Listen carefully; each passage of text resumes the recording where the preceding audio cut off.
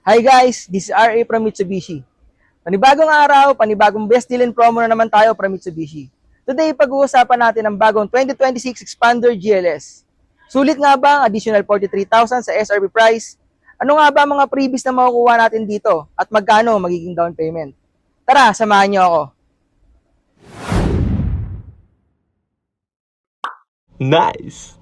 Ayun guys, start tayo dito sa ating remote key. Pag nag-purchase kayo ng 2026 Expander GLS, may kasama siyang dalawang remote key. Then dito sa remote key natin, meron din siyang manual key.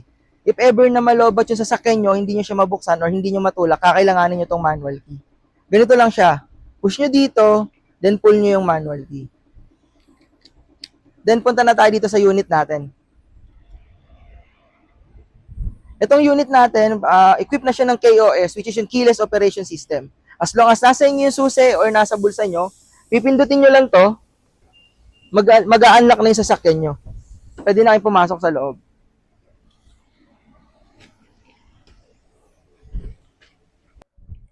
Punta naman tayo dito sa ating engine. Ang ating engine ay 1.5 liter, 4 inline, double overhead cam, 16 valves, gasoline with Maybach na naka 4-speed automatic transmission. Si Maybach guys, Mitsubishi technology siya. Ang purpose niya is for additional power and fuel efficiency.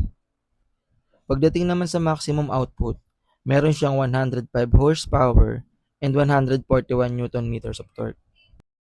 Fuel tank capacity natin is 45 liters. Sa consumption naman, 11 km to 12 km per liter on city driving. Pagdating naman sa highway, 21 to 23 km per liter. Ang ating 2026 Mitsubishi Expander GLS ay may SRP price na 1,259,000 pesos. Available din siya in 4 different colors. Red metallic, green bronze metallic, graphite gray metallic, at itong nasa ating video, quartz white pearl. And meron po pala tayong additional 15,000 pag white po yung napili nyo. Pag-usapan naman natin yung looks niya. Sa front guys, kitang-kita nyo pa rin naman yung dynamic shield design ng Mitsubishi. Pero yung grille niya iba na. Mas maangas na ngayon kumpara sa dati. And meron na rin siyang camera sa harap. Para yan sa multi-around monitor natin for additional safety. Dito naman sa ating front bumper, meron siyang front skirt na rin. Kaya mas mukha na mas maangas tong tignan tong expander natin. Yung DRL natin and headlight, kung mapapansin nyo guys, smoke na yung design niya. Kaya mas sporty na siya tignan ngayon. Sa side naman, may kita nyo yung side skirt natin na nagbibigay ng sportier look sa expander natin.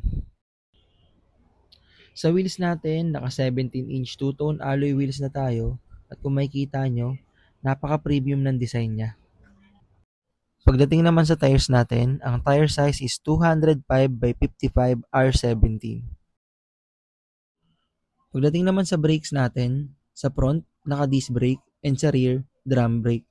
Pero meron na rin siyang anti-lock braking system, equipped ng electronic brake force distribution, and meron na rin brake assist. Pagdating naman sa suspension natin, sa front, naka-MacPherson strut coil spring with stabilizer. Sa rear naman, naka-torsion beam. Pagdating naman sa ground clearance natin, 225mm, which is the best sa MPV segment. Kaya naman, kung bahain sa lugar nyo, ito yung perfect car na para sa inyo. Pagdating naman sa rear part, itong una natin makikita, Mitsubishi logo, rear camera, at expander emblem. Siyempre, yung ating taillight. Tapos, integrated na rin sa spoiler yung third parking lamp natin.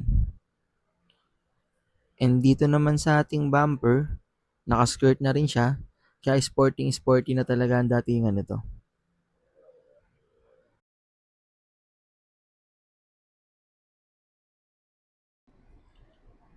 Pagdating naman dito sa cabin area natin, kung makikita nyo, ayan, napaka-premium na ng design.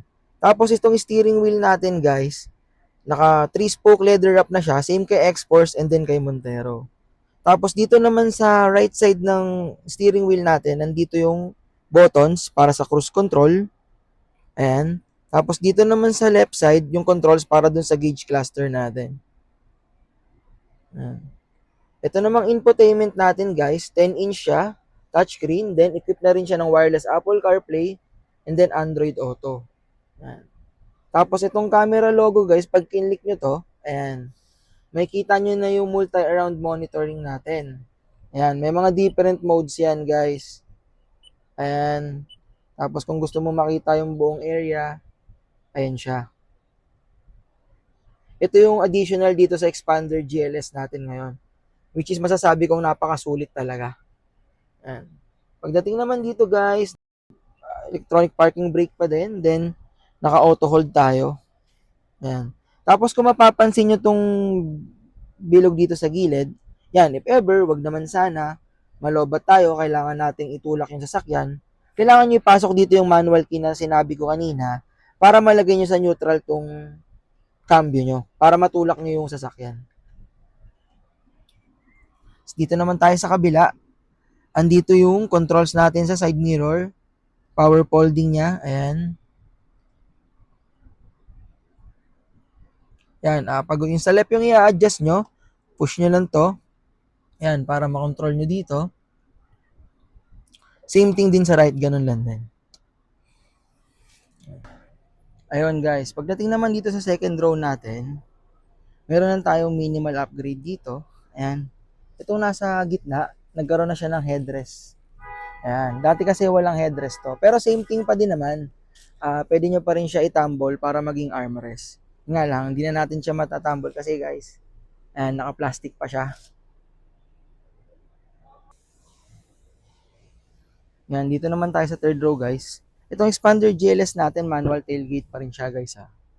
Ayan, ito yung third row natin. Ayan, itong third row seat guys, napopold pa to, pwede nyo siyang i-flat. Ayan, itong dalawa. Yan, kung kailangan nyo ng mas malaking space, yan, pwede nyo siya itambol. Tapos may cup holders pa yan sa gilid. Yan. Then dito nakalagay yung mga tools na kasama. Ito siya. Ayan. Then dito naman sa cargo floor natin guys, pag inangat nyo to, ayan, meron pa tayong lagayan dito. Yan. Hard plastic to guys, so if ever man, may mga basa kayong gamit, ganun, pwede nyo siya ilagay dito. Tapos kung mapapansin nyo to dito sa guys, sa gilid, ayan, pagka naplatan kayo, kailangan nyo magpalit ng tire, dito nyo pipihitin yan. Para makuha nyo yung spare tire nyo. Yan. Tapos meron na rin tayo dito guys na 12 volts. Yan, if ever na kailangan nyo talaga ng additional na power for charging, yan, pwede nyo gamitin yan. Ito na nga guys ang pinakahihintay nyo. So magkano nga ba ang down payment sa 2026 Mitsubishi Expander GLS? Ang down payment natin dito is for as low as 8,000 pesos lang. Then bibigyan kita ng freebies kagaya ng door visor, deep dish matting, Bosch Europa horn, at marami pang iba. Muli guys, this is RA from Mitsubishi Jose Abad Santos.